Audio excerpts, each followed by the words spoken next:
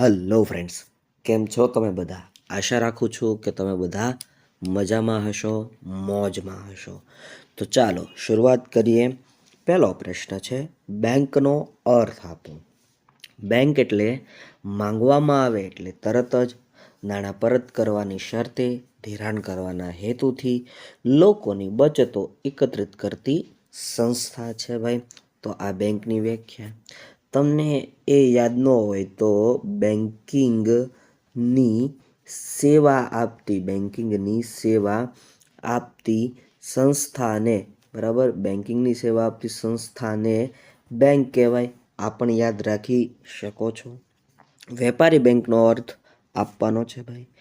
વેપારી બેંક એટલે એવી સંસ્થા જે બેન્કિંગ અંગેના વ્યવહારો કરે, એટલે કે દેશમાં રોકાણ વધારવા માટે પ્રજાની થાપણોને સ્વીકારે છે, જે ગ્રાહકોને જરૂર પડે ત્યારે પાછી મળે અને જેમાંથી ચેક, ડ્રાફ્ટ અને પે ઓર્ડર વગેરે દ્વારા ઉપાડ થઈ શકે, એને વેપારી બેંક કહેવાય. મધ્યસ્થ બેંકનો અર્થ પૂછો. મધ્યસ્થ બેંક એટલે એવી સંસ્થા કે જે દેશની પ્રજાના સામાન્ય હિત માટે અર્થતંત્રમાં નાણાંના જથ્થાના વિસ્તરણ અને સંકોચનની જવાબદારી સોંપવામાં આવી હોય ભાઈ, એને અહીંયા મધ્યસ્થ બેંક તરીકે ઓળખવામાં આવે છે. નાણાકીય નીતિનો અર્થ આપવાનો છે. દેશમાં આર્થિક વિકાસની પ્રક્રિયાને ધ્યાનમાં લઈ પ્રજાનું હિત જાળવીને આર્થિક સ્થિરતા માટે સર્વોચ્ચ બેંક દ્વારા નાણાંનો પુરવઠો અંકુશિત કરવા અંગેની નીતિ એટલે નાણાકીય નીતિ ભાઈ. નાણાકીય નીતિના પરિમાણાત્મક સાધનો એટલે શું? તો જે સાધનો સમગ્ર અર્થતંત્ર પર એક સરખી અસર પહોંચાડે છે તે સાધનોને નાણાકીય નીતિના પરિમાણાત્મક સાધનો કહેવાય. નાણાકીય નીતિના ગુણાત્મક સાધનો એટલે શું? તો આરબીઆઈ એટલે આપણી ભારતની મધ્યસ્થ બેંક. આરબીઆઈ કેટલાક ચોક્કસ ક્ષેત્રોનો વિકાસ કરવા તેમજ અલગ અલગ ક્ષેત્રો ઉપર નિર્ધારિત અસર પહોંચાડવા માટે ગુણાત્મક સાધનોનો ઉપયોગ કરે છે, જે સામાન્ય સાધનોથી અલગ છે, જેને ગુણાત્મક સાધનો તરીકે ઓળખવામાં આવે છે ભાઈ. અહીંયા તમને એક બીજી પણ વાત આપી કે આવા સાધનો અર્થતંત્ર ઉપર પરિમાણાત્મક સાધનોની જેમ જ એક સરખી અસર નહીં પરંતુ જુદી જુદી અસરો ઉપજાવે છે. વિશ્વમાં સૌપ્રથમ સ્થપાયેલી બેંક કઈ હતી? તો વિશ્વમાં સૌપ્રથમ સ્થપાયેલી બેંક ઓફ બાર્સિલોના હતી. નાણાં આધારિત અર્થવ્યવસ્થામાં બેંકની જરૂર કેમ ઉદ્ભવી? તો નાણાં આધારિત અર્થવ્યવસ્થામાં નાણાંની સાચવણી, હેરફેર અને મૂલ્યની જાળવણી માટે ભાઈ બેંકની જરૂર ઉદ્ભવી છે. સામાન્ય રીતે બેંકો કયા બે પ્રકારની હોય છે? તો વાણિજ્ય બેંકો એટલે કે વેપારી બેંકો અને મધ્યસ્થ બેંકો. બેંકો બે પ્રકારની હોય ભાઈ, એક વેપારી બેંક અથવા વાણિજ્ય બેંક અને એક મધ્યસ્થ બેંક. વેપારી બેંક કઈ થાપણો ઉપર વ્યાજ ચૂકવતી નથી? તો વેપારી બેંક ચાલુ ખાતાની થાપણો ઉપર વ્યાજ ચૂકવતી નથી. વેપારી બેંકના ટૂંકા ગાળા માટેના ધિરાણનો સમયગાળો જણાવો. તો વેપારી બેંકમાં ટૂંકા ગાળાનું ધિરાણ 1 વર્ષ માટે આપવામાં આવે છે ભાઈ, બરાબર. રોકડ અનામતનું પ્રમાણ એટલે શું? આરબીઆઈનો કાયદો 1934 મુજબ વેપારી બેંકોએ પોતાની થાપણના અમુક ટકા રકમ આરબીઆઈ પાસે રાખવાની હોય છે અને આ પ્રમાણને રોકડ અનામતનું પ્રમાણ કહેવામાં આવે. શાખ સર્જનનું સૂત્ર. તો શાખ સર્જન બરાબર પ્રાથમિક થાપણ એને ગુણ્યા 1/, રોકડ અનામતનું પ્રમાણ. પારિભાષિક શબ્દ માઇક્રોફાઇનાન્સ. માઇક્રોફાઇનાન્સ એટલે ખૂબ નાનું ધિરાણ. માઇક્રોફાઇનાન્સ એટલે શું ભાઈ?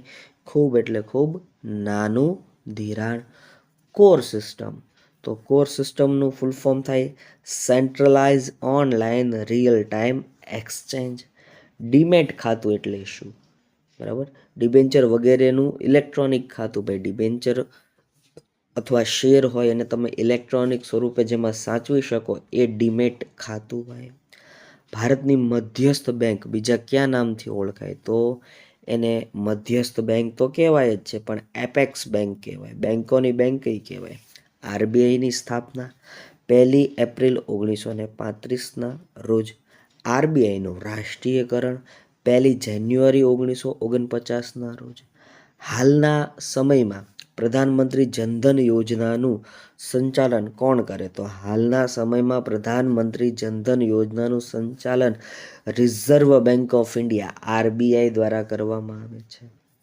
એક ગ્રાહકના ખાતામાંથી બીજા ગ્રાહકના ખાતામાં નાણાંની ઝડપી હેરફેર માટે કઈ સુવિધા ઉપયોગી છે? તો એક ગ્રાહકના ખાતામાંથી બીજા ગ્રાહકના ખાતામાં નાણાંની ઝડપી હેરફેર માટે એનઈએફટી અને આરટીજીએસની સુવિધાઓ ઉપલબ્ધ છે. શેડ્યુલ બેંક કોને કહેવાય? તો આરબીઆઈનો કાયદો 1934ના કાયદાની બીજી અનુસૂચિ પ્રમાણે જે બેંકોની સ્થાપના થઈ હોય તેને શેડ્યુલ બેંક કહેવાય. કોલ મની એટલે શું? એક બેંક બીજી બેંકને મધ્યસ્થ બેંક દ્વારા ટૂંકા ગાળાનું ધિરાણ આપે એને કોલ મની કહેવાય. વિશ્વની પ્રથમ બેંક ક્યાં અને ક્યારે સ્થપાણી હતી? તો વિશ્વની સૌપ્રથમ બેંક સ્પેનમાં ઈસવીસન 1401માં સ્થપાઈ હતી અને નામ શું છે ભાઈ?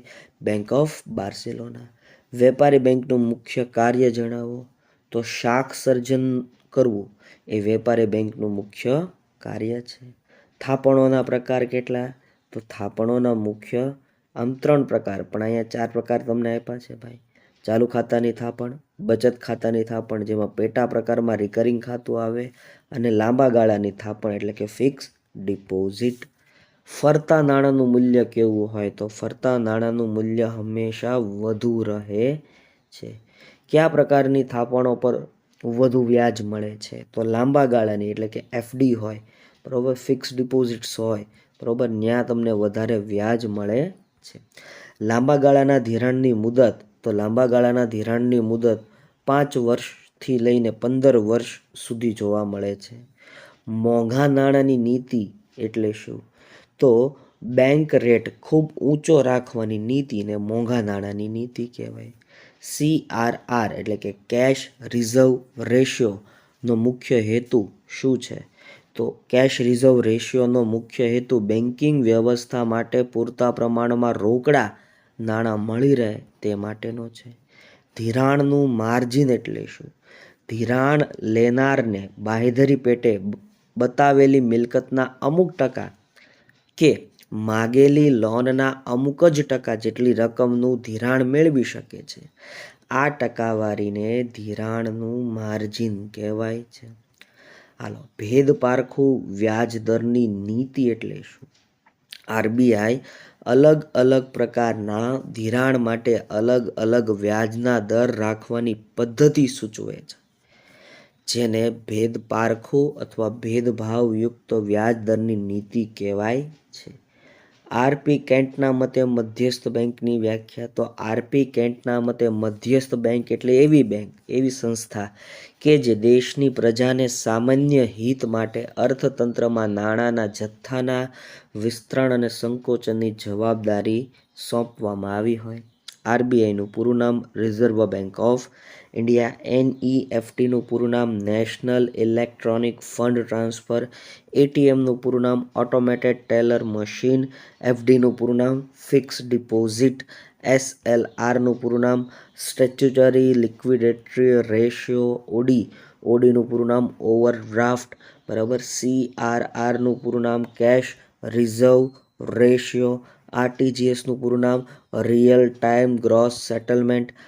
RRR reserve repo rate, reverse repo rate. DIR એટલે કે ડિસ્ક્રિમિનેટરી ઇન્વેસ્ટમેન્ટ રેટ, RRBs એટલે કે રિજનલ રૂરલ બેંક. ત્યારબાદ core system centralize online real time exchange. Demat account, dematerialized account. CC એટલે કે cash credit. OMO open market operations, open market operation CMR call money rate જેને કહેવામાં આવે છે. ફુગાવો ક્યારે સર્જાય? અર્થતંત્રમાં જ્યારે નાણાંની માંગ કરતાં પુરવઠો વધુ હોય ને ત્યારે ફુગાવાની સર્જન થવાની વાત હોય. પ્રધાનમંત્રી જનધન યોજનાનું સંચાલન કોણ કરે? તો રિઝર્વ બેંક ઓફ ઇન્ડિયા. કયા પ્રકારની થાપણો સૌથી વધુ તરલ હોય છે? તો ચાલુ ખાતાની થાપણો સૌથી વધુ તરલ જોવા મળે છે. બેંક રેટનો અર્થ આપો. RBI વેપારી બેંકોને લાંબા ગાળાનું ધિરાણ જે વ્યાજના દરે આપે એને બેંક રેટ કહેવાય. કોર સિસ્ટમનું પૂરું નામ centralise online real time exchange. Reverse repo rate એટલે શું? તો જે વ્યાજના દરે વેપારી બેંક RBIને ટૂંકા ગાળા માટે ધિરાણ આપે તેને રિવર્સ રેપો રેટ કહે છે.